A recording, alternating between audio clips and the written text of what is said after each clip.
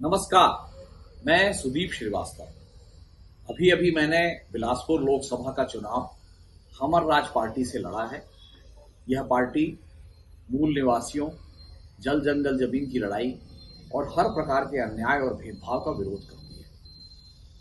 छत्तीसगढ़ में हमने 8 सीटों पर चुनाव लड़ा है। देश के कई राज्य ऐसे हैं जहां हम चुनाव नहीं लड़ेंगे और इसीलिए मैं अमेठी और रायबरेली सीट पर, खासकर रायबरेली सीट पर राहुल गांधी को चुनाव में जिताने की अपील कर रहा हूं। आप थोड़ा आश्चर्यचकित होंगे कि यहां जब मैंने कांग्रेस के खिलाफ चुनाव लड़ा और उसकी बहुत आलोचना की, तो फिर राहुल गांधी के पक्ष में अपील क्यों कर रहा हूं, क्यों उन्हें जिताने की मांग कर रहा हूं। देखिए, इसके भी साफ साफ कारण है। जितने भी राजनेता आज हम पॉलिटिक्स में देखते हैं, राहुल गांधी उसमें अकेले एक ऐसे व्यक्ति हैं जो जल जंगल जमीन की बात करते हैं। जितनी भी बड़ी पार्टियां हैं, उनमें कोई भी व्यक्ति इतना खुल के देश के संसाधनों पर उद्योगपतियों द्वारा किए जा रहे अतिक्रमण और खासकर अडानी अंबानी की मोनोपोली पर उस तरह से अटैक नहीं करता जिस तरह से राहुल गांधी करते हैं। लोकतंत्र में पार्टी की शक्ति कितनी भी हो, भले कांग्रेस के केवल 52 सदस्य रहे हो लोकसभा में, भले कांग्रेस की सरकारें कई प्रदेशों में ना हो, लेकिन जब एक कोई बड़ा नेता और राहुल गांधी जैसा बड़ा नेता ऐसे मसले उठाता है तो ये बातें फ्रंट पेज पर आ जाती हैं। सरकारें और बहुत सी राजनीतिक पार्टियां, भले ही वो अडानी और अंबानी से कितनी भी डील करके बैठे हों, अगर कोई राजनेता इस तरह से इन मुद्दों को सार्वजनिक करता है तो नई डील करने में झिझकते हैं। अर्थात विपक्ष के एक इतने बड़े नेता का इन मुद्दों को उठाना जनहित में है और इस कर्तव्य की पूर्ति के लिए राहुल गांधी को फिर से और खासकर रायबरेली से जिताना जरूरी है। इसलिए भी कि भारतीय जनता पार्टी लगातार कहती है कि उत्तर भारत में राहुल गांधी या कांग्रेस का कोई आधार नहीं बचा है और वायनाड से वो केवल इसलिए जीत गए हैं जहां पर अल्पसंख्यक आबादी ज्यादा है। इस भ्रम को तोड़िए। एक मजबूत विपक्ष का नेता होना और एक हिम्मती नेता होना लोकतंत्र में बहुत आवश्यक है। राहुल गांधी अगर रायबरेली से जीतकर संसद में पहुंचेंगे तो एक नई ऊर्जा और एक नई ताकत के साथ गरीबों की, महिलाओं के, आदिवासियों के, दलितों के और हर सर्वहारा वर्ग के लोगों की आवाज बनेंगे।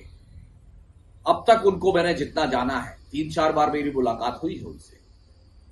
हो सकता है उनमें बहुत सी राजनीतिक कमियां हो सकता है उनमें बहुत सारा ऐसा कुछ हो जो एक आम राजनीतिक में नहीं होता है, लेकिन क्या केवल इस आधार पर उसको नकारा जा सकता है? क्या केवल इस आधार पर आप उनके खिलाफ वोट कर सकते हैं? उत्तर नहीं है। सच्चाई तो यह है कि एक आम राजनीतिक की धूर्तता ना होना राहुल गांधी के लिए असेट है, जिसके लिए उनकी तारीफ की जानी चाहिए। जहां तक पूरे देश के चुनाव की बात है, मैं चूंकि साइकोलॉजिस्ट रह चुका हूं, हालांकि इस बार चुनाव लड़ने के कारण आप मेरे व्यूज को थोड़ा बायस मान सकते हैं, लेकिन ये देश का इतिहास है कि अटल जी को लोगों ने 2 बार लोकसभा चुनाव जिताया। भले उनकी सरकार केवल 6.5 साल चली, लेकिन वो 1998 का चुनाव और 1999 के 2 लोकसभा चुनाव जीते। मनमोहन सिंह को भी 2 बार समर्थन मिला यूपीए, 2004 और 2009। मोदी जी को भी 2014 और 2019 में 2 बार समर्थन मिल चुका है। अर्थात इस बार बहुत फेयर चांस है कि भारतीय जनता, भारतीय मतदाता तीसरी बार मौका देने के बजाय शायद वैकल्पिक सरकार चुने।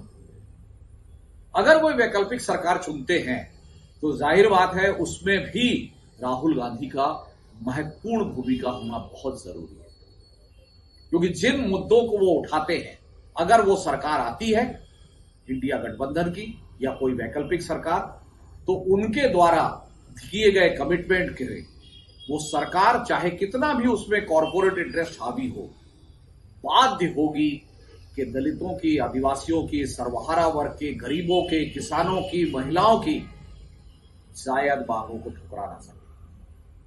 खासकर पर्यावरण से जुड़े सवालों को, वन संरक्षण से जुड़े सवालों को, जिस पर गांधी परिवार का कमिटमेंट शुरू से रहा है, उनके लिए भी ये जरूरी है कि राहुल गांधी जीत कर संसद में जाए और वैकल्पिक सरकार में एक बड़ी भूमिका निभाएं। अगर वो प्रधानमंत्री बनते हैं तो बहुत अच्छी बात, नहीं भी बनते हैं हो सकता है वो चुने कि वो किसी और को बनाना चाहे, लेकिन उनका असर और उनका दबाव होना अत्यंत आवश्यक है। दोनों ही सूरतों में, चाहे विपक्ष हो चाहे सरकार हो, राहुल गांधी का रायबरेली से संसद में जाना हम सबके हित में है। धन्यवाद।